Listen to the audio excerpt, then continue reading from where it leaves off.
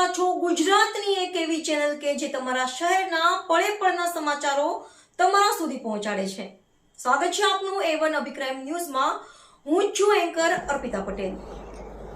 80માં સ્વતંત્ર પર્વની ઉજવણી નિમિત્તે સરસિયા કુમાર શાળા અને કન્યા શાળાના સંયુક્ત ઉપક્રમે ધ્વજવંદન કાર્યક્રમ જીતુભાઈ શેલડિયાના શુભ હસ્તે ધ્વજવંદન કાર્યક્રમ કરવામાં આવેલ।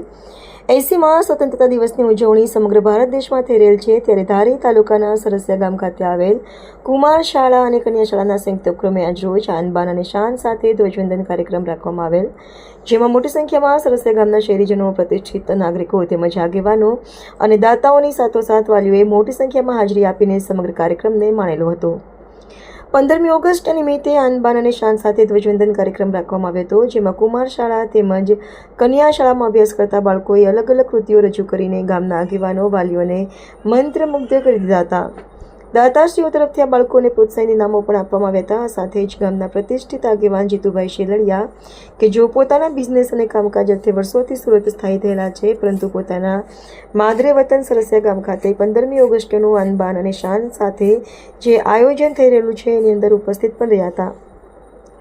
આ શાળાના આચાર્ય અને સ્ટાફગણ દ્વારા જીતુભાઈ શેલડિયા જેવા દાતાશ્રીઓને સન્માનિત અર્થે તેમના હાથે જ ધ્વજવંદન કાર્યક્રમ રાખવામાં આવ્યો હતો। આન બાન અને શાન સાથે થયેલી ઉજવણી અને એમની અંદર જે બાળકો, વાલીઓ, આગેવાનો તેમજ દાતાશ્રીઓએ ભાગ લીધો હતો એ બદલ કુમાર શાળાના આચાર્ય આશીષભાઈ તેજાણી દ્વારા આભાર વિધિ વ્યક્ત કરવામાં આવી હતી। રિપોર્ટર સંજય વાળા, ધારી। આજ રોજ 80માં સ્વતંત્રતા પર્વ 15મી ઓગસ્ટના દિવસે મારા ગામ, મારા વતન, જ્યાં મેં મારા બાળપણમાં શિક્ષણ લીધું, સ્કૂલે મને ધ્વજવંદન કરવાનો વિશેષ અવસર પ્રાપ્ત થયો છે। ખાસ કરીને મારા માટે પહેલો પ્રસંગ છે। આજ સુધી ગામની શાળામાં પ્રવેશોત્સવ હોય, અમારા દ્વારા અહીંયા આરોગ્યના કેમ્પ થતા હોય, શાળા દ્વારા અન્ય ઘણા બધા પ્રસંગો વર્ષ દરમિયાન ઉજવાતા હોય, ત્યારે અમારે આવવાનું થતું હોય છે। પણ આજે આ કાર્યક્રમમાં વિશેષ ઉપસ્થિત રહેવાનું એક અવસર પ્રાપ્ત થયો છે। સરસિયા કન્યા શાળા અને સરસિયા કુમાર શાળા બંને શાળાના સંયુક્ત ઉપક્રમે આજે જે આ કાર્યક્રમ રાખ્યો છે, ખૂબ આન બાન અને શાંતિ નાના ભૂલકાઓ દ્વારા ખૂબ સારું આયોજન કરવામાં આવ્યું છે।